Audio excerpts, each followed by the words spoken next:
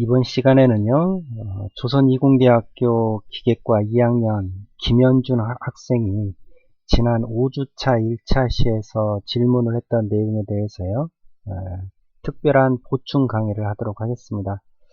먼저 학생이 이제 5주차 1차 시 강의, 비대면 강의를 듣고 질문을 해줬는데, 내가 이제서야 대답을 하게 됐어요. 이렇게 된 이유는 학생들이 제출하는 보고서의 분량이 방대해요.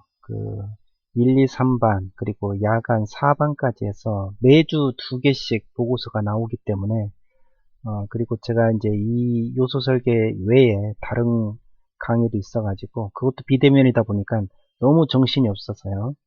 그, 본래 이제 직장에 대한 일도 있고 이 강의에 대한 것도 있고 그래서 미처 대답을 못한 것을 먼저 사과를 드리고 질문해준 학생에 대해서 질문해준 포인트에 대해서요 설명을 간단히 드리도록 하겠습니다.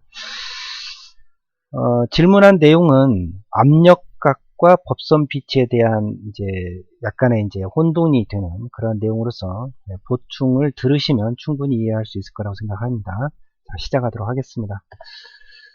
먼저 두 가지 질문을 해줬는데 첫 번째 질문이 이제 압력각 관련입니다. 이제 압력각이 크면은 물림률이 어떻게 되느냐 뭐 이렇게 돼 있고 막 그러는데 자 좋습니다. 아무튼 압력각과 물림률의 관계들 이런 것들을 한번 살펴보도록 하보죠. 네. 자 우리 이제 4주차에서 공부했던 내용인데요. 뭐 이게 인벌유트 곡선 일반적으로는 뭐 이렇게 돼서 요게 이 접선 자 이게 이제 기초원인데요. 기초원에 접선을 그었을 때, 요때, 이게 이제 직각이죠. 이게 이제 압력각 알파라 그랬습니다. 이렇게, 알파, 이렇게 알파가 생기는데, 이 알파, 이 알파에 대한 질문을 주셨어요. 자, 보도록 하겠습니다. 방금 봤던 그림이 이거예요. 이거, 뭐, 중심을 연결한 상태, 그리고, 기초원의 접선, 두 기초원의 접선을 그었을 때, 이때, 생기는 각도 이게 알파다 그랬습니다. 자, 이게 지금 기어의 물림 현상이 나타나는데 만약에 이 선을 이쪽으로 이동을 시키면 어떻게 되겠습니까? 자, 이걸 이쪽으로 이동을 시킨다면 이와 같이 되겠죠? 그러면 이 알파나 같겠죠? 이렇게. 그죠? 이것도 역시 P지점으로 이 선을 이동을 시켰더니 이 부분이 알파, 즉 물림 압력각이 된다라는 얘기입니다. 압력각. 그쵸? 네, 맞습니다. 자, 그러면 이 선이 시계 방향으로 살짝 돌면 어떻게 됩니까? 압력각이 커집니까? 작아집니까? 작아지겠죠? 이게 시계 반대로 돌수록 이 압력각이 커지겠죠? 이해됩니까? 자, 만약에 이게 시계 반대로 돌면 지금 이게 아래의 2인데요. 이게 시계 반대로 돌면 이 아랫부분은 이렇게 올라가고 여기는 내려가니까 아랫부분 뿌리는 튼튼해지겠죠. 엄청 크겠죠. 맞습니까? 네. 만약에 이게 시계 방향으로 돌아가면 압력각은 작아질 거다. 그래서 이 밑에 있는 그림이 그겁니다. 자, 기준에서요. 이렇게 지금 이 30도 방향으로 이렇게 두면 밑에 뿌리는 굵어진다. 그리고 위에 산 쪽은 좁아지죠. 이렇게 뾰족한 기어가 될 거다라는 얘기입니다. 압력각이 작아지면 이렇게 갈수록 스니까 일자인 모양이 되려고 하겠죠. 이해되시겠습니까? 네, 그렇게 됩니다. 그러면 압력각이 예를 들어서 뭐 0도라고 쳐요. 그럼 이렇게 반듯할 거 아닙니까? 이렇게 반듯한 기어. 그러면 이 기어끼리 맞물려서 돌아가려면 두 개가 빡빡하게 끼겠죠. 그죠? 네.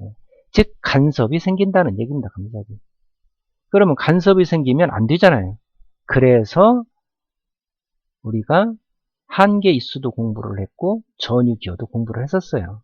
자, 압력각이 커지면 이렇게 위에는 뾰족하고 밑에는 넓적한 크튼튼한 이빨이 만들어질 거고 압력각이 작아지면 이렇게 반듯한 즉 평평한 이 모양이 될 거다라는 얘기입니다. 이것을 이렇게 이해를 해주시면 되겠어요. 지금 이거하고 똑같은 얘기입니다. 이게 이쪽으로 이동을 해서 움직였다라는 얘기니까 이해됩니까? 자, 그러면 압력각이 클수록 뾰족한 모양이고 밑에는 튼튼해진다 라는 얘기겠죠. 네, 그렇게 됩니다. 그러면 E가 빠져나오기는 더 좋겠다는 얘기입니다. 자, 넘어가겠습니다. 일단. 자, 그러면 이 부분을 다시 한번 설명을 해보겠습니다. 기어의 중심에서 이 P1, P점까지의 선을 긋고요. 선을 긋고. 그리고 이 기어의 접선, P점의 접선을 그립니다. 이게 역시 압력하고 똑같아져요. 아까 그거하고. 그러면 각각의 기어에서 똑같은 방법으로 P점을 잇고 중심에서 그리고 그 P점에 접선을 그으면 압력각이 생긴다라는 얘기입니다. 이해되시겠죠? 네, 이렇게 압력각이 생깁니다. 자, 압력각이 생긴다. 기어의 중심에서 P1이 만나는 직선을 그리고 이렇게 그리고요. P점에 접선을 그렸을 때 이때 이루는 각이 압력각이 된다라는 얘기입니다. 자, 이 압력각이 작다라는 얘기는 이게 시계 방향으로 돌아갔다. 즉, 이 볼록한 부분이 사라지는 거죠. 맞습니까? 네, 그렇죠. 그러면 이의 모양은 사각형이 되겠죠. 압력각이 작으면. 네, 앞에 거하고 똑같은데 지금 이렇게만 생각하는 거예요. 자, 사각형 모양이 되겠죠. 이거 이해됩니까? 이게 시계 방향으로 만약에 돌아간다면 이 모양은 이렇게 볼록한 게 아니라 반듯한 모양이 될 거 아닙니까? 이 선 모양으로 될 거 아니에요. 그래야 압력각이 작아지는 거니까요. 그렇죠? 네, 압력각이 작아지면. 자, 그 다음에요. 이 기어 모양이 사각형이면 기어가 물리기 시작하여 빠져나올 때까지 계속적으로 면접적으로 하겠죠. 이 끝 쪽에서. 그죠? 끝에까지 사각형 길이 물리니까 계속적으로 물려서 끝날 때까지 빠져나올 때까지 물립니다. 네, 그렇다는 얘기는 물림 길이, 물려져 있는 시간, 그 길이는 길어진다라는 얘기죠. 물림 길이는 길어집니다. 그러면 물림 길이는 우리가 물림 길이를 법선 피치로 나눈 게 곧 물림률이었어요. 그러면 물림 길이는 법선 피치, 피치는 똑같지 않습니까? 이게? 피치는 여기서부터 여기까지가 피치잖아요. 원주 피치. 자, 근데 이 피치는 법선 피치 나중에 다시 설명드리겠습니다. 물림 법선 피치든 뭐 아무튼 똑같습니다. 길이는. 근데 물림 길이가 길어지면 물림률은 커지겠죠. 이해 되십니까? 그러면 물림률이 길어진다. 압력각이 작아지면 물림률은 길어지겠네. 사각형 모양이 되니까. 그러면 물림률은 당연히 커진다. 이렇게 되는 거예요. 이렇게 이해를 하면 됩니다. 그러면 결국 이 내용이 이해가 됐다면 결국 키포인트는 뭡니까? 압력각이 작으면 물림률은 커진다라고 되겠죠. 압력각이 작으면 물림 길이도 길어지니까 물림률은 커진다라는 게 됩니다. 자, 두 번째 보겠습니다. 동일 P1에서 P1이 같은 상태에서 만약에 여기가 이가 지금 이거보다 더 많다면 이거의 3배가 된다면 이의 모양이 여기에 볼록할 공간이 돼요, 안 돼요? 그만큼 볼록해질 수 있는 여유가 없어요. 이가 많아지면 이 안에. 그러면 이가 결국 어떻다는 얘기예요? 이가 많아진다는 얘기는 결국 사각형 모양이 된다는 얘기입니다. 그렇다는 얘기는 압력각이 커진다는 거예요? 작아진다는 거예요? 작아진다는 얘기죠. 자, 그러면 이 수가 많아지면 이의 모양은 넓적하지 못하고 사각형이 되겠다라는 겁니다. 사각형이 된다? 이거하고 같죠? 그러면 똑같습니다. 사각형이면 빠지지 못하고 빠질 때까지 계속 물리니까 물림 길이는 길어지고 그렇다는 얘기인 곧 물림률은 커진다. 이렇게 되겠지. 이해됩니까? 자, 압력각이 작아지면 사각형 모양이 돼서 물림률이 커지는 거예요. 결국 물림 길이가 길어지니까. 또 이 동일 피치원을 사용해서 기어 입수가 많아지면 넓적하지 못하고 사각형 모양이 돼서 역시 물림 길이가 길어지고 물림률은 커진다라는 게 됩니다. 자, 우리 학생 이해 갈까요? 이렇게 이해를 해 주셔야 되겠다라는 얘기입니다. 이렇게. 꼭 이렇게 이해를 해 주시고요. 자, 그래서 결국 물림률 커진다. 다시 말하면 압력각과 물림률은 반비례하는 거고 기어 입수와 물림률은 비례하는 거죠. 근데 이렇게 외우지 말고요. 이 그림들을 연상을 해서 압력각이 이렇게 작아지면 사각형 모양이 돼서 빠져나오기 힘들고 그 다음에 물림 길이는 길어지니까 물림률은 커지겠다. 이렇게 생각하시면 되겠고 이가 많아지려면 이 공간이 적어지죠. 따라서 사각형 모양, 그러면 똑같이 물림 길이가 길어지고 물림률은 커지겠다. 이렇게 이해를 하시면 되겠습니다. 자, 물림 길이와 물림률, 우리 전에 했던 내용 그대로 다시 한번 해놓은 거예요. 그때 물림률은 압력각이 작을수록, 입수가 많을수록 커진다라고 했던 게 이제 이런 건데요. 자, 그렇게 된 거다라는 얘기입니다. 이걸 이렇게 외우지 말고요. 방금 설명한 것을 좀 생각을 하시면 충분히 이해가 될 거라고 생각합니다. 자, 넘어가고요. 압력각과 물림 압력각이 있는데요. 이건 뭐 설명을 굳이 안 해도 문제는 없는데 이렇다는 얘기입니다. 이게 지금 일반 기어고 이게 렉이에요. 렉과 피니언입니다. 렉이 피니언이 돌아서 렉이 직선 운동을 하게 돼 있는 거예요. 자, 압력각이 있는데요. 자, 이 기어가 렉을 밀기 시작하는, 접촉하는 전부터 빠져나오는 곳까지, 빠져나오는 곳까지 쭉 선이 연결됩니다. 이렇게. 그게 물림 압력각이 되는 거예요. 기본 압력각이 있는 거고. 자, 이 상태에서는 기어와 렉이 있는데 압력각과 물림 압력각은 서로 같게 되죠. 이렇게. 그죠? 이 선을 쭉 연결하면 선이 되지 않습니까? 만나기 시작해서부터 이게 빠져나올 때까지. 이렇게 해서 이렇게 되는데, 전위기어를 쓰면 어떻게 되냐면요. 자, 전위기어는 어떻습니까? 일반 피치 원간의 피치점과 피치점이 서로 맞물린 게 아니라 전위량을 주기 때문에 한 개가 원이 만나게 되어 있습니다. 하나가 피치원하고. 자, 이게 전위기어고요. 전위기어고, 이건 일반 기어입니다. 그래서 전위원과 일반 기어 피치원이 만나요. 이렇게. 그런 셈입니다. 다시 말해서 전위기어는 어떻게 되냐면요. 자, 그래서 이 크기만큼 이게 전위량이라 그랬습니다. 피치원까지 거리.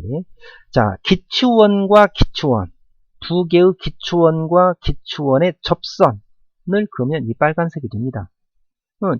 이 전위 기어가 이 기어를 물고 돌려요. 이렇게. 그럼 역시 물리기 시작해서부터 선이 이루어지는데 이 빨간 선을 타고 갑니다. 이렇게. 그렇죠? 빨간 선을 쭉 타고 갑니다. 그 빨간 선이 곧 뭐냐? 이쪽 기추원과 이쪽 기추원의 접선이에요. 접선. 그러면 그때의 각이 물림 압력각이 되는 겁니다. 그죠? 그러면 기본적인 압력각이 있는데 그 물림 압력각이 더 커져요. 전위기어를 쓰면은 이렇게. 그래서 전위기어를 쓰는 겁니다. 이렇게. 그래서 이렇게 전위기어를 쓰게 되면 물림 압력각과 압력각이 동일하지 않게 되는 거고요. 그냥 렉과 피니언 같은 경우에는 압력각과 물림 압력각이 동일하게 되는 겁니다. 이건 참고적으로 제가 설명을 드린 거고요. 자, 넘어가겠습니다. 자, 방금 기추원에 접선을 그었을 때 이게 물림 압력각이 된다라고 했습니다. 아까 이렇게 그은 거나 똑같죠? 여기 수직으로 그어서 이게 물림 압력각이다 라고 한 거나 이거나 같은 겁니다. 그렇게 되어 있습니다. 자, 이 상태에서 한번 볼까요? 만약에 이게 전위기어고 이게 일반 기어라고 쳐볼까요? 자, 이 기추원이 뒤로 물러났다면 어떻게 될까요? 이렇게 뒤로 물러났습니다. 뒤로 물러났어요. 그러면 기추원과 기추원의 접선을 긋는데 아까는 이게 접선이었는데 이제는 이 기추원과 이 기추원의 접선이 이렇게 그려지겠죠? 이렇게. 그렇죠? 그러면 물림 압력각은 어떻게 됩니까? 여기 직각되는 선을 이어야 되겠죠? 이렇게. 그럼 여기에 직각이 될 겁니다. 그럼 물림 압력각은 커진다라는 얘기입니다. 이해하시겠어요? 전위량이 많아지면 물림 압력각은 커지겠죠? 그래서. 그렇습니다. 일반적인 기어들은 물림 압력각과 압력각은 같은데 전위기어와 물리거나 기어 간의 중심거리, 축의 중심거리가 달라지면 물림 압력각은 달라지게 된다라고 보충 설명을 드리겠습니다. 질문한 내용은 아니지만 참고적으로 물림 압력각 헷갈릴 것 같아서 설명을 드렸고요. 자, 두 번째 질문입니다. 두 번째 질문은 간단한 질문이었는데요. 법선 피치는 피치원의 지름을 일수로 나눈 거고, 그리고 법선 피치는 기추원의 피치와 어떤 관계가 있냐 이렇게 했어요. 그러면 기추원의 지름을 일수로 나눈 게 기추원의 지름 뭐 이런 식으로 질문했는데, 자, 피치에 대해서 또는 원 관련해서 세 가지가 있었습니다. 자, 피치로만 한다면 원주 피치, 기추원 피치, 법선 피치 이렇게 세 가지가 있어요. 자, 원주 피치는 피치원의 지름을 이빨의 숫자로 나눈 겁니다. 몇 등분하냐라는 거죠. 그죠? 예. 그래서 P1의 둘레 파이 D가 되는 거고요. 그리고 이수 Z로 나눈 거다라고 했습니다. 또 바로 따라 나온 게 뭡니까? D는 MZ다 라고 해서 D 대신에 MZ를 집어넣으면 ZZ 없어지고 파이 M이 됐었죠. 이거. 자, 아무튼 이렇습니다. P1, 이 이끝원, 기초원, 이뿌리원, 이끝원, 이뿌리원과 P1이 있는데 P1의 지름을 이빨의 숫자로 각각 나눈 그 원호의 길이, 그게 바로 원주 피치예요. 자, 두 번째 기초원이라는 건 뭐냐?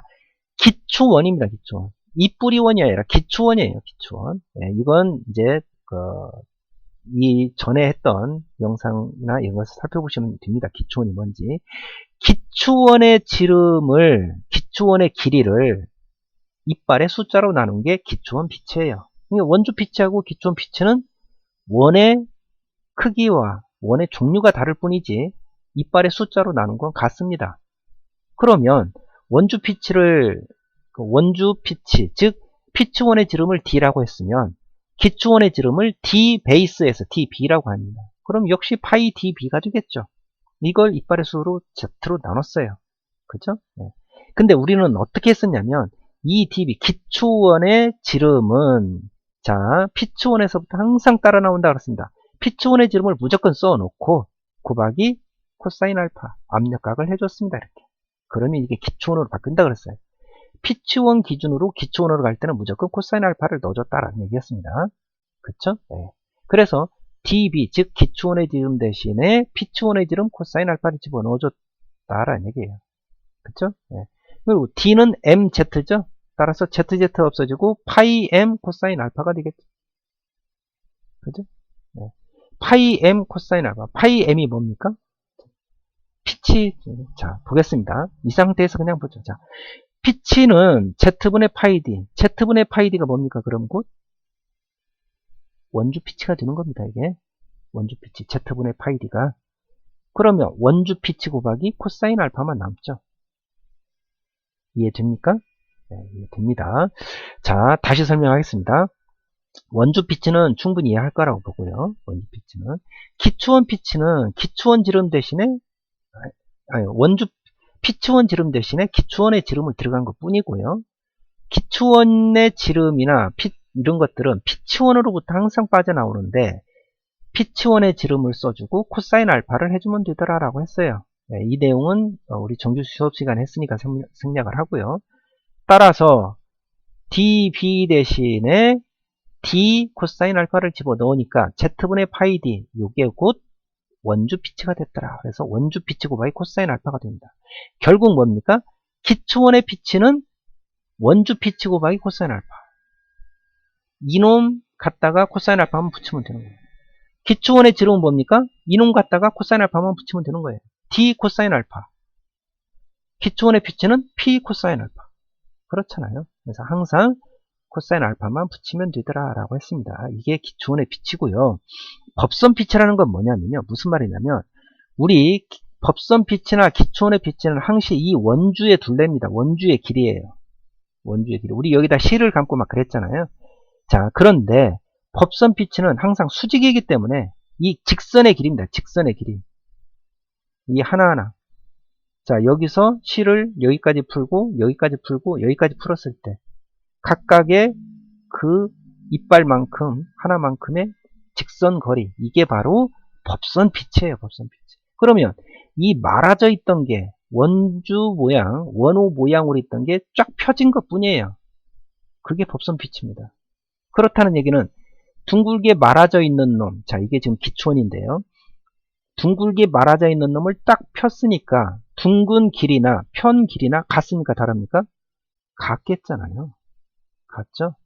따라서 법선 피치는 뭐하고 같으면 됩니까? 기초원의 피치하고 같다라는 얘기입니다. 이게 기초원이라. 그죠? 기초원이니까. 이해하시겠습니까? 따라서 법선 피치를 너미널 해갖고 PN이라고 하는 거고요. 베이스, 기초원의 피치하고 같다. 방금 기초원의 피치는 그냥 법선 피치, 원주 피치에다가 코사인 알파만 한 거잖아요. 그죠? 네. 이렇게 이해하시면 됩니다. 그래서 원주 피치를 알면 기초원의 피치는 코사인 알파만 붙이면 되는 거고, 기초원의 피치를 알면 법선 피치는 같은 거고, 이렇게 수업에 설명을 드렸고요. 이렇게 이해를 하시면 되겠습니다. 자, 아마 충분히 이해가 됐을 거라고 생각을 하고요. 만약에 더 궁금한 게 있으면 추가적인 질문을 이제는 카톡으로 해주시면, 제가 메일로 주면 워낙 많은 메일이 오기 때문에 쉽게 확인도 곤란하고 하니까 카톡으로 주면 좋을 거라고 생각합니다. 자, 이렇게 하고요. 이렇게 하고, 김현중 학생이 만약에 추가적인 질문이나 뭐가 잘 이해가 안 가면 전화를 해도 좋고, 아니면 카톡을 보내줘도 좋겠습니다. 자, 다시 한번 늦게 대답을 줘서 미안하고요. 열심히 공부해서 좋은 성적 기대하도록 하겠습니다. 수고하셨습니다.